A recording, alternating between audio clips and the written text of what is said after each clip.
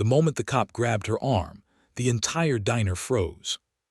Not the normal kind of quiet, not the peaceful morning silence of coffee cups and low conversations. This was the kind of silence that meant everyone in the room already knew something was wrong, and nobody was brave enough to say it out loud. And that was exactly when everything changed. Because two strangers at the back booth didn't look away. They didn't lower their heads like everyone else. They stood up. And they weren't the kind of men who walked away from injustice. The highway had been empty for miles. Caleb Ward drove with one hand on the wheel, eyes steady on the road ahead. 12 hours behind him, 3 more to go before home. Beside him, Marcus Reed leaned back in the passenger seat, restless as always. "You saw that sign, right?" Marcus said. Caleb didn't answer. Marcus turned, watching the road behind them. "You saw it." "I saw it." "And you kept driving." Caleb sighed. "It's a hand-painted sign, Marcus. That doesn't mean anything." "It means everything," Marcus shot back. "You don't paint a sign unless you believe in something." Caleb didn't respond. But a mile later, he slowed down. And then he took the exit. The town was small, quiet, the kind of place most people passed without remembering. But the diner stood out. Old but alive, warm light spilling through the windows, a few cars in the lot, enough to suggest something real was happening inside. They stepped in. Coffee, bacon, familiar smells, a place that felt human. Caleb noticed the photos on the wall first, decades of faces, smiles, memories frozen in time. Marcus slid into a booth. "Told you." Caleb didn't argue. Then she came over. Her name tag read, Lena. Late 20s, calm presence, that kind of quiet confidence you only get from knowing your work matters. "Coffee?" she asked. Marcus smiled, and whatever that sign was bragging about. She smirked. "You'll see." Caleb watched her walk away. "She's good people," Marcus said. Caleb nodded slightly. For a moment, everything felt normal. Then the door opened. And the air shifted. Caleb felt it instantly. Not a sound, not a sight. A change. The kind you only notice if you've lived through enough danger to recognize it without needing proof. 2 officers walked in. One older, heavy build, slow steps, the kind of man who carried authority like it was personal property. The other younger, quiet, eyes down. But it wasn't them that mattered. It was the reaction. Nobody looked up. Not the farmers, not the couple, not the woman reading in the corner. Everyone shrank. Caleb's jaw tightened. He'd seen this before. The older officer walked straight to the counter. No greeting, no hesitation. Just control. "Hey." Lena came out from the kitchen. Her smile didn't vanish. It just retreated. "Officer Kane," she said evenly. Caleb watched closely. Kane leaned back, eyes scanning her like she was something to evaluate, not a person. "Got a report," he said. "Money missing from the register." The room went still. Lena blinked. "That's not possible." "Customer says otherwise." "Who?" No answer. Just that same slow smile. Caleb felt it then. There was no report. This wasn't about money. This was about power. "I didn't take anything," Lena said firmly. Kane stood. Slow, controlled. "You calling me a liar?" "I'm telling the truth." He stepped closer. Too close. "You're coming with me." "I'm working." "Not anymore." Then he grabbed her arm.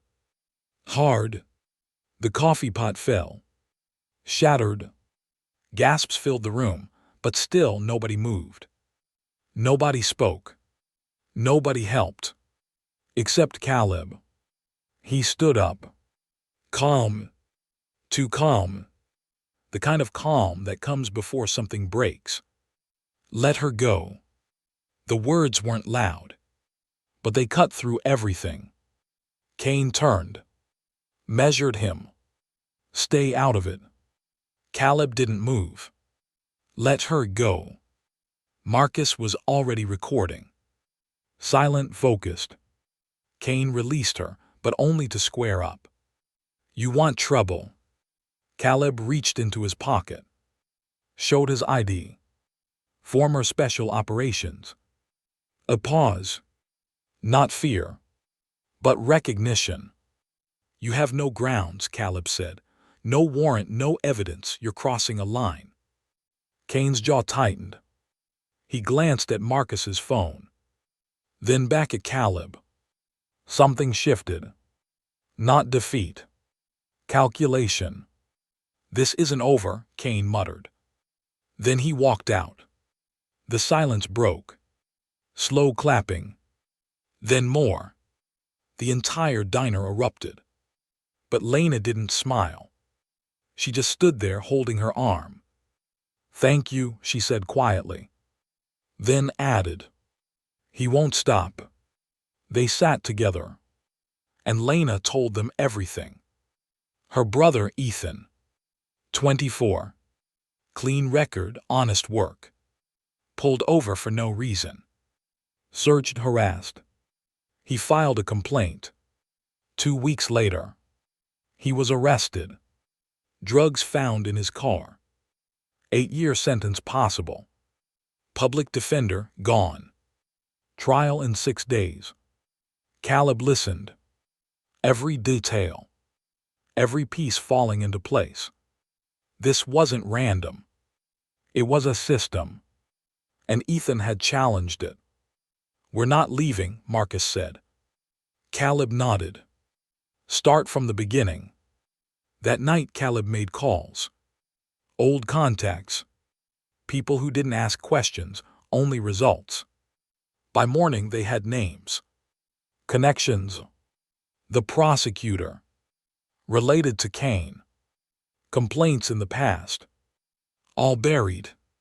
Witnesses. Disappeared, silenced, intimidated. This wasn't corruption. It was a machine. Then came the break. Marcus found something. A log. Body camera footage. Uploaded, then deleted. Not broken. Removed. Deliberately. Caleb stared at the screen. Someone's hiding something. They pushed forward. Got a lawyer. A good one. Relentless. Prepared. And they found more. A security camera. Grainy footage. But clear enough. Kane's car already parked at the scene. Before Ethan arrived. And then, Kane opened his trunk.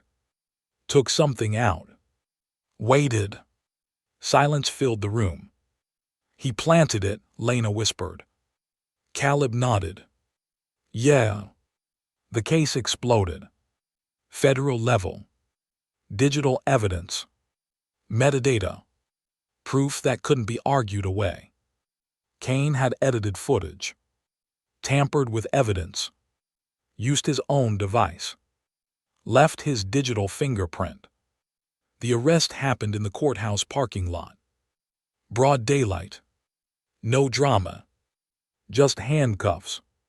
And the end of his control. The system unraveled fast. The prosecutor resigned. Investigations opened. Old cases re-examined. Truth spread like fire. And Ethan. Charges dropped. Immediately. Permanently. When he walked out, Lena didn't run. She walked. Steady. Strong. She held his face like she needed to confirm he was real. And for the first time, he broke. Caleb and Marcus stood back. Watching. Silent. Because some moments don't belong to anyone else. Later, as they walked out, Marcus smirked slightly. You know, we almost didn't stop. Caleb looked at the diner, then at the road ahead. Yeah, he said. Good thing we did. Because sometimes, the difference between injustice continuing and everything changing is just one person refusing to look away. And that day, two strangers chose not to.